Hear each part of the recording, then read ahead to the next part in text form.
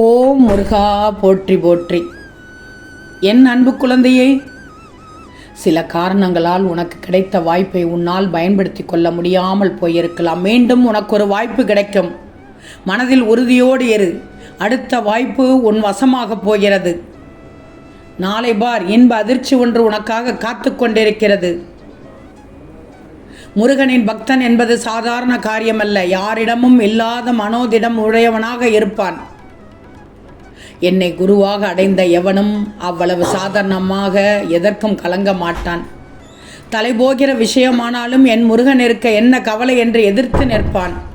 கவலைப்படாதீர், உன் முருகன் நான் இருக்கிறேன். பேசி தீர்த்துவிடு. எதை வேண்டுமானாலும் பேசி தீர்த்துவிடு. பேசியே வளர்க்காதே. நடப்பதை பார், நடந்ததை கிளறாதே. உரியவளிடம் மட்டும் சொல்லு, ஊரெல்லாம் சொல்லாதே. உறுதி காட்டு, பிடிவாதம் பிடிக்காதே. விவரங்கள் சொல், வீண் வார்த்தை சொல்லாதே. தீர்வை விரும்பு, தர்க்கம் விரும்பாதே. தர்க்கம் பண்ண விரும்பாதே. ஓம் முருகா போற்றி என்று சொல். ஓம் முருகா போற்றி என்று பதிவிடு. இந்த பதிவின் கீழ் பதிவிடு. நிச்சயமாக உனக்கானதை நான் செய்து தருவேன். உன்னை பாதுகாத்து கரை சேர்ப்பது என் பொறுப்பு. தன்னம்பிக்கை இழந்து விடாதே. இலக்கை நோக்கி போய்கொண்டே இரு. உனக்காக இலக்கை நோக்கி போய்கொண்டே இரு. உனக்கு துணையாக பக்கபலமாக நான் வந்து கொண்டே இருப்பேன். நீ எந்த நிலைமையில் எங்கே இருந்தாலும் அங்கே உன்னை காக்க உனக்காக என்றுமே இந்த முருகன் உண்டு.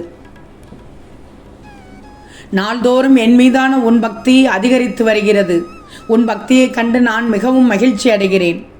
உன் வாழ்க்கையில் நல்ல விஷயம் நடக்கப் போகிறது. அது இன்ப அதிர்ச்சியாக இருக்கப் போகிறது. அதை கண்டு நீ மகிழப் போகிறாய். இதற்காகத்தான் அப்பா இத்தனை நாள் காத்திருந்தேன். நன்றி முருகா என்னிடம் கூறப்போகிறாய்.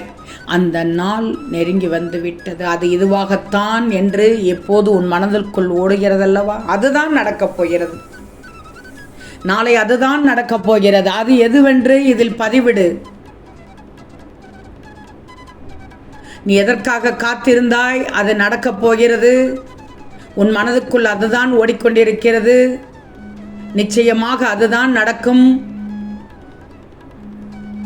அதை இதில் பதிவிடு. மகிழ்ச்சியோடு இருப்பாய். கஷ்டத்திலும் நேர்மையாக இரு. நீ ஏமாற்றப்பட்டாலும் பிறரை ஏமாற்றாதே. இதை நீ கடைபிடிச்சிக்க. ஒருபோதும் உன்னை நான் கைவிடவே மாட்டேன். ஒருபோதும் கைவிட மாட்டேன். உன்னை ஒதுக்கியவர் முன் தலை நிமிர்ந்து நடக்கப் போகிறாய். என் தங்கமே, உன்னை யார் ஒதுக்கினாலும் யார் வெறுத்தாலும் நான் உன்னை கைவிடவே மாட்டேன். உன் உறவுகளிடம் சொல், என் அப்பன் முருகன் இருக்கிறார் என்று. நீ எதெல்லாம் இழந்தாயோ அதை உன்னை வந்து சேரப்போகிறது. என் தங்கமே, உன் கஷ்டங்களை தீர்க்க உன் வீடு தேடி வந்து இப்போது பேசுகிறேன். நாளை நல்லது நடக்கும். கலங்காமல் தூங்கி எழு. நிம்மதியாக தூங்கி எழு. சந்தோஷமாக தூங்கி எழு. நம்பிக்கையோடு தூங்கி எழு. ஒரு குழந்தை கிடைக்கும். உன் வாழ்க்கையை சீரமைத்து உனக்கென ஒரு அடையாளம் தந்து இந்த உலகத்தில் நீ பலருக்கு முன் உதாரணமாக வாழும்படி நான் செய்வேன். இது என் கடமை. என் பிள்ளைக்காக நான் செய்யும் கடமை. நான் கஷ்டப்பட்ட காலத்தில் என் கண்ணீரை துடைத்து என்னை ஒரு நல்ல நிலைமைக்கு உயர்த்திய கடவுள் என் அப்பன் முருகன் ஒருவனே என்று நீ சொல்வாய். முருகன் இருக்க பயமேன் என்று சொல்லு.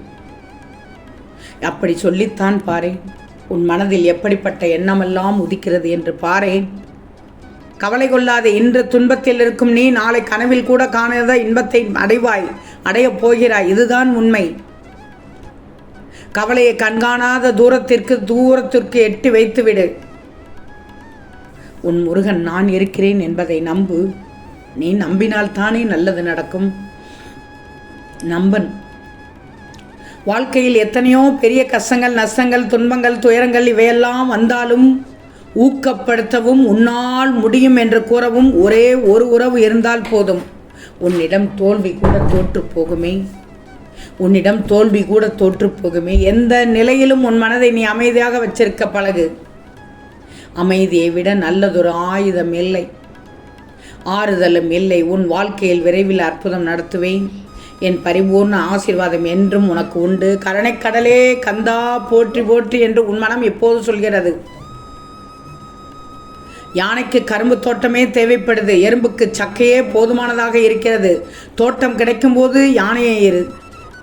சக்கையை கிடைக்கும்போது எறும்பாக இரு, அவ்வளவுதான். வாழ்க்கையில் திருப்தி இல்லை என்ற பேச்சுக்கே இடம் இருக்கக்கூடாது, இடம் இருக்காது.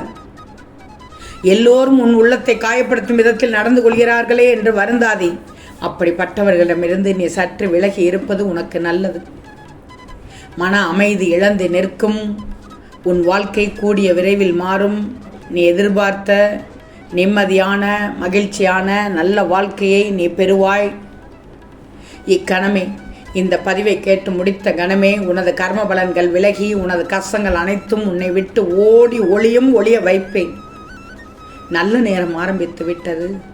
வாழ்க்கையில் உன்னை உயர்ந்த நிலைக்கு கொண்டு போகப் போகிறேனே, ஏன் நீ கவலைப்படுகிறாய்? உன்னுடன் உன் அப்பா நான் இருக்கிறேன், தெரிஞ்சுக்கோ. உன் ஒவ்வொரு அசைவிலும் உன் முருகன் நான் உன்னோடு வந்து கொண்டே இருப்பேன். யார் உன்னை அவமதித்து பேசினாலும் ஆவேசமடைந்து மறுத்து பேசி உன்னை நிரூபிக்க நினைக்காதே. நீ போகும் வழி சரியென்றால் எண்ணம் போல் வாழ்க்கை நிச்சயமாக அமையும். உன் கஷ்டம் அனைத்தையும் ஒரு பூவிடம் சொல்லி என் பாதங்களில் அந்த பிரச்சனையை சேர்த்துவிடு. நான் அதை ஏற்றுக்கொண்டு காப்பாற்றுவேன். யாருக்கும் பயந்து நீ வாழத் தேவையில்லை. நான் நீ கேட்டதை தரவில்லை என்று கவலைப்படாமல் கெட்டதை தரவில்லை என்று மகிழ்ச்சி கொள். இருப்பதை கொண்டு மகிழ்ச்சியோடு வாழணும். இல்லாதவற்றை நினைத்து கவலைப்படக்கூடாது. எனக்கு தெரியும் என் பிள்ளைக்கு எதை எப்போது கொடுக்க வேண்டும் என்று. இனி உன் வாழ்க்கையில் நினைத்த அனைத்தும் நடக்கும். மகிழ்ச்சியாக இருப்பாய். அனைத்தும் நடக்கச் செய்வேன். இன்று நீ என்னிடம் வைத்த கோரிக்கையை நாளை நான் நிறைவேற்றப் போகிறேன். நீ என்றிலிருந்து முருகன் கதி எனவும் எல்லாமே என் முருகன் பார்த்து கொள்வார் எனவும் என்மேல் முழு நம்பிக்கை வைத்தாயோ, அன்றிலிருந்தே உன் வாழ்க்கையின் அனைத்து சுகதுக்க நிகழ்விற்கும் நானே பொறுப்பாகிவிட்டேன். செல்வமே, உன் மனதில் 1000 கேள்விகள். ஏன் இப்படி நடந்தது என்றும், ஏன் எனக்கு மட்டும் இப்படி என்றும் நீ ஒன்றை மட்டும் மறவாதே. யாம் இருக்க பயமேன். நீ என் நம்பிக்கை இழக்காமல் என் கையை இறுக பிடிச்சிக்கோ. நடப்பது அனைத்தும் நல்லதாகவே நடக்கும்.